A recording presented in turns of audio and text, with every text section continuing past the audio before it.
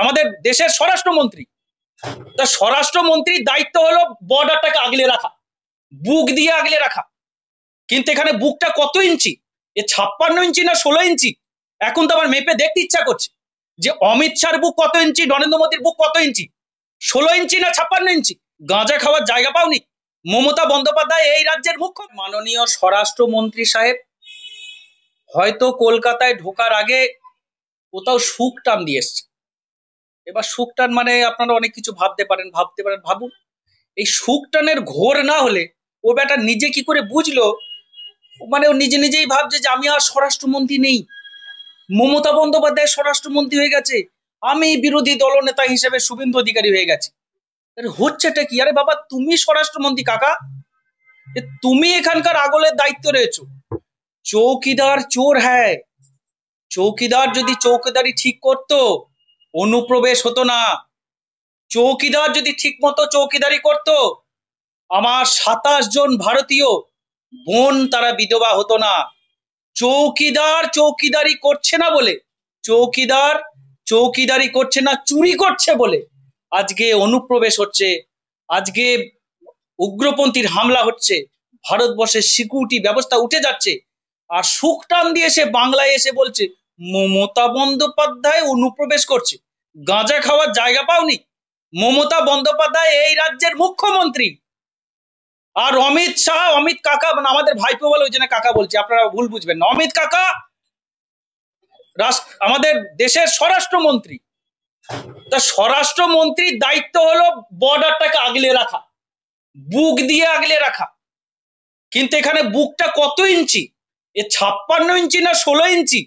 এখন তো আমার মেপে দেখতে ইচ্ছা করছে যে অমিত শাহর বুক কত ইঞ্চি, নরেন্দ্র মোদীর বুক কত ইঞ্চি, 16 ইঞ্চি না 56 ইঞ্চি?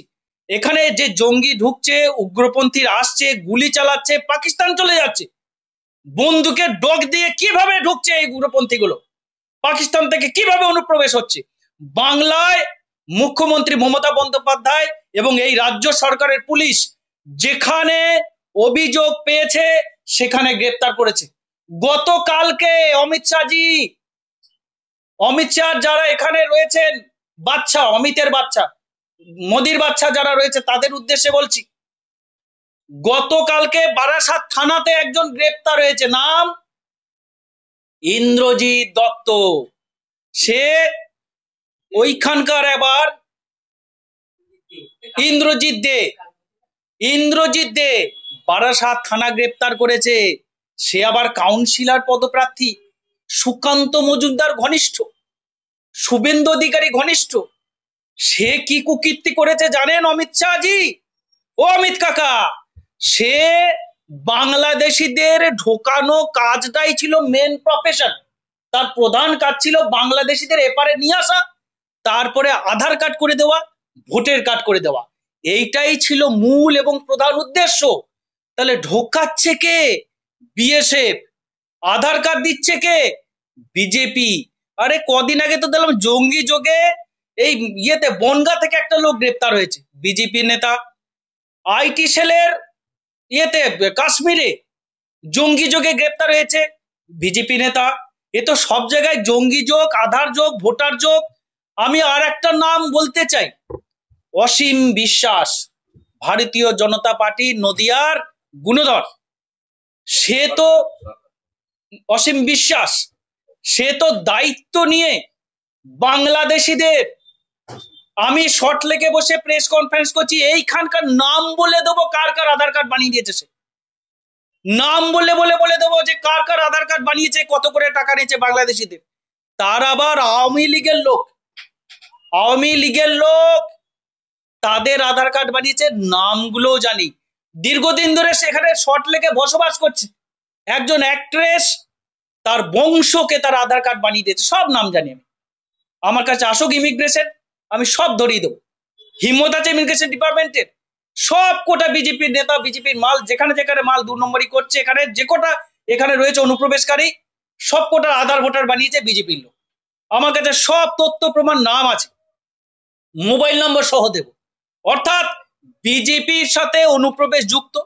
আজকে নরেন্দ্র মোদী, অমিত শাহ, বিএসএফ অনুপ্রবেশ আটকাতে ফেলিওর, দায় চাপাবে কার ঘাড়ে? মমতা বন্দ্যোপাধ্যায়ের ঘাড়ে। আরে বেটা, তোমার বিএসএফ আর একটা খুব সূক্ষ্ম কথা এরা বলে, এরা এত শয়তান, এদের জবাব নেই। এরা বলে কি, রাজ্য সরকার জমি দিচ্ছে না, তাই সেখানে তার কাটা দিয়ে ঘিরতে পারছে না, ওইটা দিয়ে অনুপ্রবেশ হচ্ছে। বেটা ঢপবাজ, আমি যদি তোমার যুক্ত মেনে নিই, তোমার যুক্তিটা আমি মেনেও যদি নিই, তাহলে তার কাটা যেখানে থাকে, একটা সাধারণ ক্লাস 8 পাস করেছে এমন একটা লোকের বুদ্ধি এটাই বলে, যেখানে তার কাটা থাকবে সেখানে হয়তো সিকিউরিটি কম থাকলেও চলে, যেখানে তার কাটা থাকবে না সেখানে একটার জায়গায় 4টে সিকিউরিটি থাকার কথা। সেই জায়গা থেকে তোমাকে কোন হরিদাস বলেছে যেখানে তার কাটা নেই ওখানে বিএসএফ রাখা যাবে না, জায়গাটাকে ফাঁকা করে দাও, যাতে অনুপ্রবেশ ওই দিক দিয়ে হয়, যাতে ওই দিক দিয়ে জঙ্গি ঢোকে বাংলায় এসে উৎপাত করে। তার মানে কি এটা বুঝে নিতে হবে, ডাল মে কুচ কালা है, তোমরা ঢোকাচ্ছ মাল আর এখানে বদনাম দিচ্ছ রাজ্যকে। অর্থাৎ এই যে জিনিসগুলো ঘটছে, এবার আমি আরেকটা উত্তর তাদের দিই। এই যে বলছে জমি দিচ্ছে না, আপনারা জানেন, যারা না জানেন এটা জেনে রাখুন, ভারতবর্ষের সংবিধানে যে তার কাঁটা দেওয়া যে জমির এখতিয়ার, সেটা কেন্দ্র সরকারের এখতিয়ারের মধ্যে পড়ে, রাজ্য সরকারের এখতিয়ারের মধ্যে পড়ে না। তার কাটা দেয় কারা দেয়? বিএসএফ। কাদের আন্ডারে? অমিত শাহ দপ্তর, স্বরাষ্ট্র দপ্তরের। তাহলে স্বরাষ্ট্র দপ্তরের এখতিয়ারের মধ্যে পড়ে ইন্টারন্যাশনাল বর্ডার এলাকাগুলো। রাজ্য সরকার জমি দিচ্ছে না মানে ইয়ার্কির ভোজমারা পেয়েছো? 2-3টে জায়গায় কেস চলছে, যারা পাবলিক কেস করে দিয়েছে, সেখানকার জমির মালিকরা কেস করে দিয়েছে যে এই জমিটা আমাদের জমি, এটা আমাদের চাষের জমি, এই বলে কেউ হাইকোর্টে, কেউ সুপ্রিম কোর্টে, কেউ বারাসাত কোর্টে, বিভিন্ন জায়গায়, কেউ বা কুচবিহার কোর্টে কেস করেছে। কয়েকটি জায়গায় কেস করেছে, সেই কেসগুলো চলাকালীন সেই অবস্থাতে ওই কোটা জমি মাত্র দিতে পারছে না, কিন্তু রাজ্যের হাতে নেই, কেস চলছে, রাজ্য করবে কি? বাকি তো সব জমি রয়েছে তাদের কাছে। আমি তো এটা জানি, বিএসএফ এর একজন আধিকারিক রিটায়ারমেন্ট হয়ে গেছেন, উনি একজন বড় আধিকারিক, উনি বলছেন যে বিএসএফ কে ফান্ড আনার, বিএসএফ এর তার কাটা দিয়ে ঘেরার, তার জন্য যে ফান্ড লাগে সেই ফান্ডটা আনার দায়িত্বে থাকে চিফ ইঞ্জিনিয়ার বলে একজন অ্যাপয়েন্টিং থাকে, চিফ ইঞ্জিনিয়ার। সেই ইঞ্জিনিয়ার কি করে? স্বরাষ্ট্র দপ্তরে চিঠি লেখে, সেই ইঞ্জিনিয়ারের চিঠির ভিত্তিতে ফান্ডিং হয়। চিফ ইঞ্জিনিয়ার এখানে ফান্ডিং আনছে না। দেখা অমিত শাহ, বনগাঁ, বসিরহাট, কুচবিহার, মালদা, বাংলার যতগুলো বর্ডার আছে তার কাঁটা লাগানোর জন্য 2014 থেকে 2024-এর মধ্যে কত টাকা ফান্ডিং করেছে তথ্য চাই, কোনো ঢপবাজি মানবো না।